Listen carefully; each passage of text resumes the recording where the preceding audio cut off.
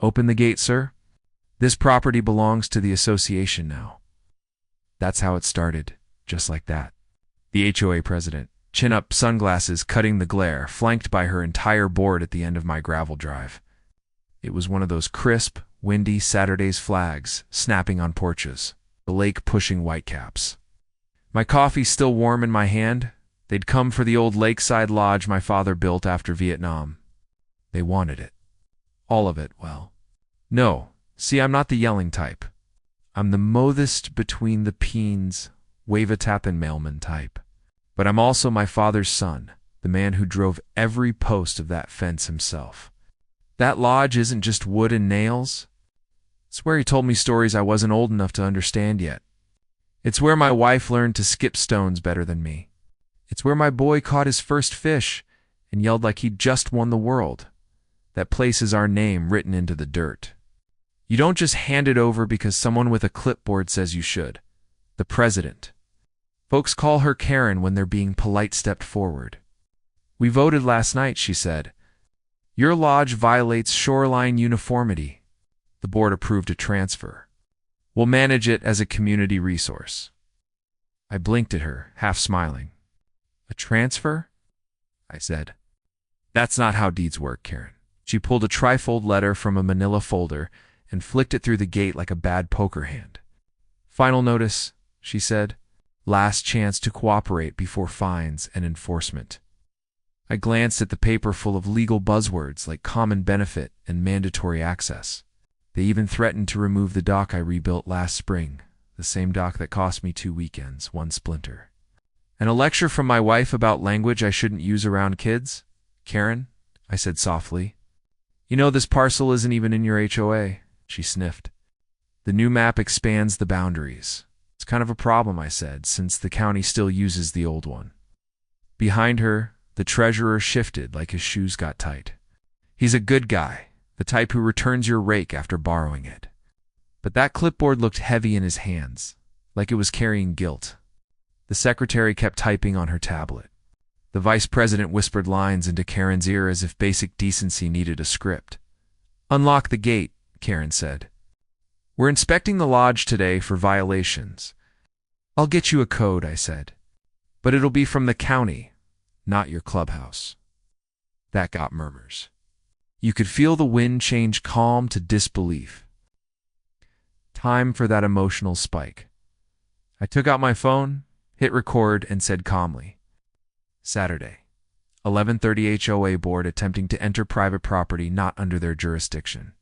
Mitchell Family Lodge. Deed on record. Gate locked. Karen stepped forward. You can't film me without sidewalk rules, ma'am, I said. Public up to this post. My dad showed me that stake. I could find it blindfolded. She went pale. We're acting in the community's interest. And I'm acting in my father's, I said. So I guess we're both doing our jobs. 2 weeks before that morning, it all began with a letter in the mailbox. Clean paper, bold type, and the word violation screaming from the top. Apparently my lodge ruined the cohesive shoreline look and encouraged non-residents to gather. They meant the Boy Scouts. I let them camp twice a year to earn their badges. Then came the second letter, more aggressive, the revised boundary map that magically swallowed my land. I called the number, got put on hold. I went to the clubhouse, found a locked door. I tried reason. My parcel predates your covenant, I told them. Always has. But Karen wanted progress. That was her favorite word. Progress meant painting every house beige and banning clotheslines, because nothing says community like conformity. The lodge sits 30 steps from the lake. You can smell pine sap when the wind turns right. Second floorboard from the door still creaks where Dad oversunk a nail.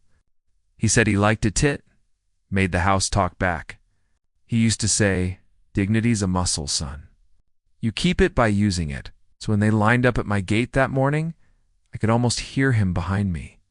Not angry. Just steady. Sheriff's on the way, Karen barked, tapping her phone. We're conducting an inspection. Interfering could be obstruction. Perfect, I said, and took out my wallet. Not a bad gist, an index card with parcel numbers, deed reference, and a note from the county assessor who knows my coffee order. We'll sort it out together. Then we waited. Wind rustled through the cattails. Somewhere a lawnmower started. Marla, my neighbor, walked over with her little beagle.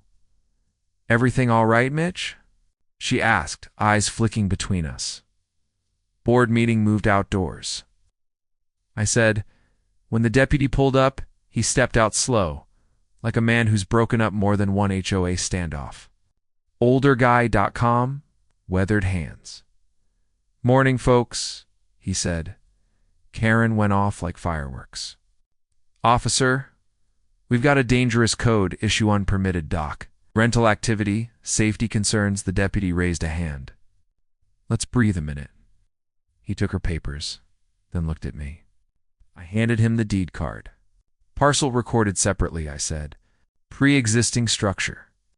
Outside HOA lines, county taxes, independent well." He nodded, took it back to his cruiser, and made a call. We stood in silence. The treasurer looked like he wanted to vanish. The secretary stopped typing. Even the wind waited. I looked at them and said, "I know most of you. We've shared rakes, swapped recipes, covered each other's mail when someone's out of town. This isn't war. But redraw a boundary to steal a man's history? That's crossing a line." Karen crossed her arms. "No one's stealing. We're standardizing." Deputy came back. "County says the parcel's outside the HOA. That map's not recorded. You can't fine him, inspect, or enter. Case closed."